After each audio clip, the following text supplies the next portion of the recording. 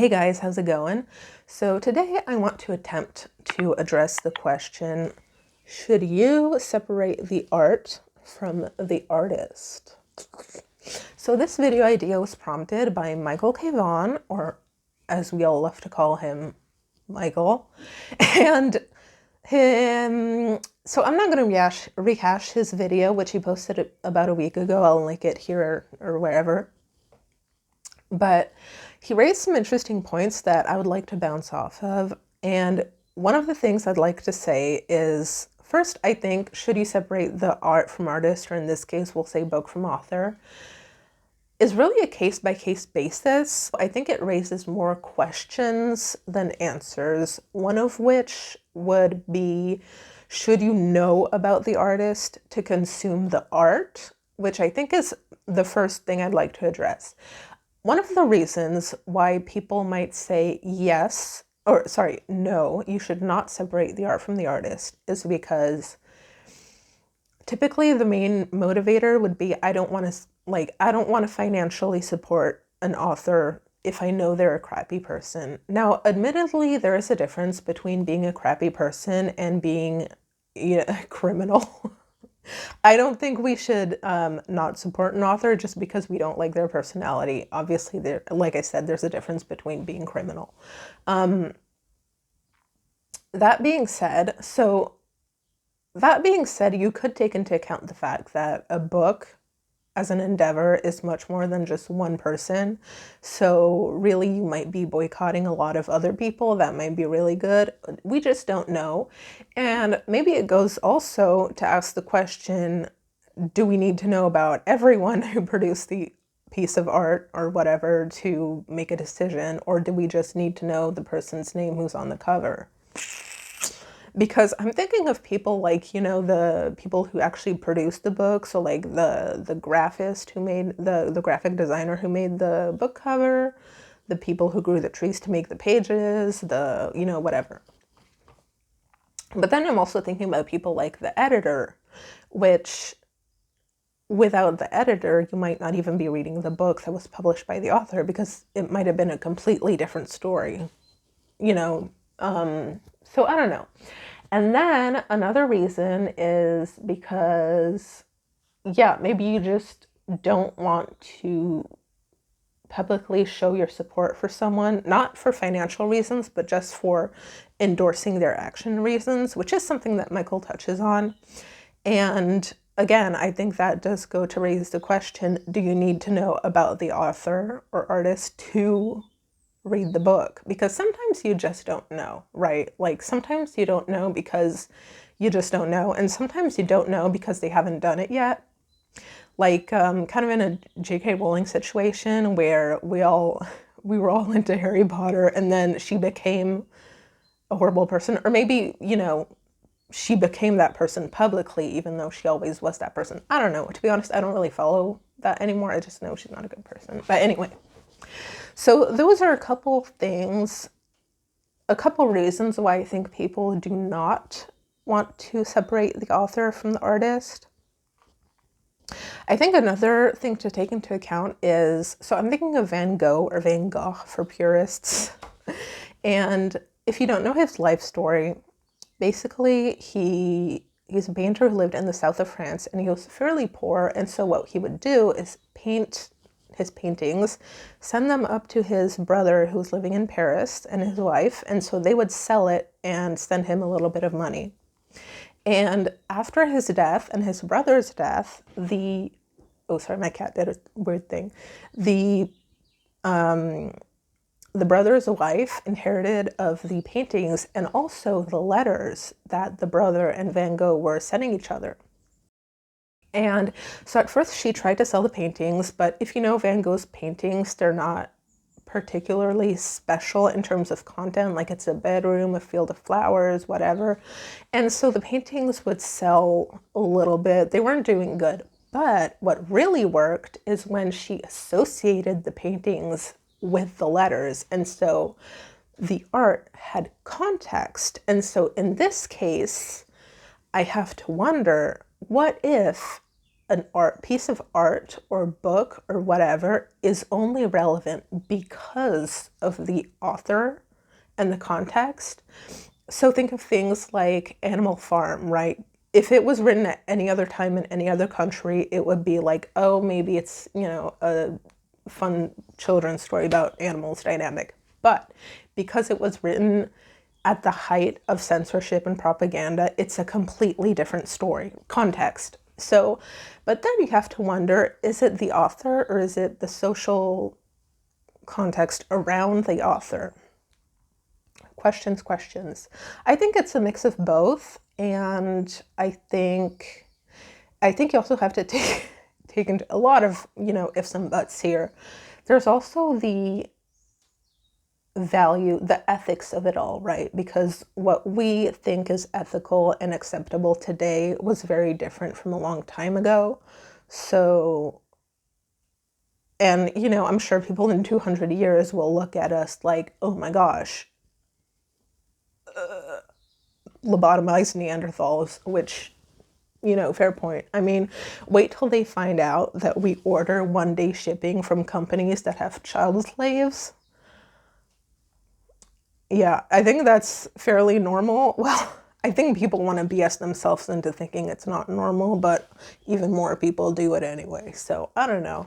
But you see my point, right? So actually, I'm going to ask the two questions is, A, should you know about the author to consume the piece of art? And B, is it our moral responsibility to be the ethics police? I don't know. And you know what? Interestingly, yesterday I was thinking about this, and put this into context as you will, but this kind of reminds me of so typically what we mean when we say, should you separate the art from the artist, is should you support an artist if you know they're a crappy person or a criminal person? And so it got me thinking about TV reality shows, but also about memoirs, biographies, biographies versus autobiographies. What I mean by that is, is it fair to ask that question without asking, do I want to know about someone's life and life story and life works without supporting them? Like, is the person interesting despite their being a crappy person? So, for example, Andy Warhol, I heard he's a pretty shitty person in real life, but I think most of us will agree that we'll readily go to a museum with his art, we'll readily watch a documentary about him. So then obviously there's the component of he's dead, so obviously maybe it's easier to support or to put money into something if they're not getting the money. In which case you ask the question, oh my God, so many questions. I'm sorry. This is a video essay, okay? You have to wonder, does giving them money equal support? Like, is the definition of support giving them money? Which I think a lot of us would argue yes, because it's the most evident, direct way of giving them financial support.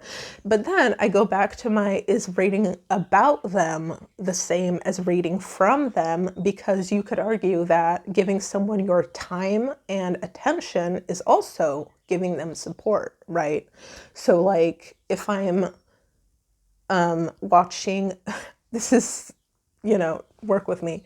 If I'm watching a documentary about J.K. Rowling, even though she didn't produce it or whatever, is it still supporting her to give her person my attention, even though she's not getting any money from it? So that's another question. And so then you could argue, well, if I'm going to be supporting them with my time and energy, shouldn't I just read directly from them or something? There are ways you could do it. I mean, you could get a book from a library or borrow it from someone or whatever. So I guess all in all, what I'm trying to say is I don't think there's an answer to this question. I really think it's a case-by-case basis. I understand it's a lot easier to buy someone's books, in this specific case of BookTube, buy someone's books either without knowing about their specific personality or actions, or if they're dead, like if they were dead, long ago. But then you can ask, who's inheriting? Because like there are people who are dead 200-300 years ago, so it's like whatever. Then there are people who died 20-30 years ago, so then their direct descendants, if they have any, are getting their inheritance, and nothing, there's no guarantee that their direct descendants aren't just as bad as that person. So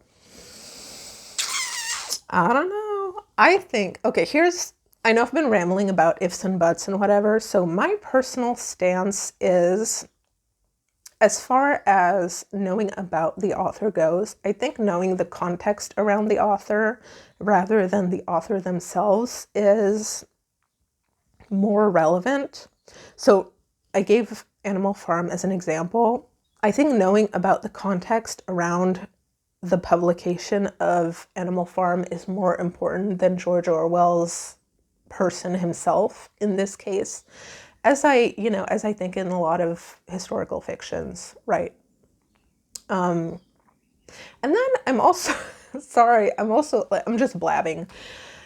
I have to wonder, so I'm noticing that throughout history, it seems like artists are typically tortured souls, and not everyone, but a lot of tortured souls, the saying, hurt people. Yeah, so I guess a lot of tortured souls do end up doing a lot of harm, in their personal sphere, or maybe personal plus, I don't know, but it seems perhaps like there is a direct correlation between being an artist and being an asshole. So, or being a bad person. Maybe sometimes, so again, it goes back to what we're ready to, like, where our personal line is, right?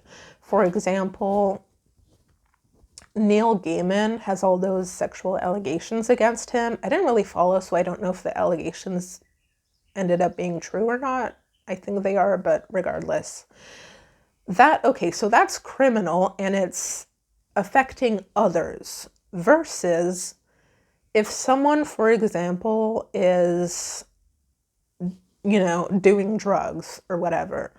Well, you could say obviously supporting the drug industry is not helpful, but also it would be like, okay, but they're only hurting themselves, So is it okay in that case?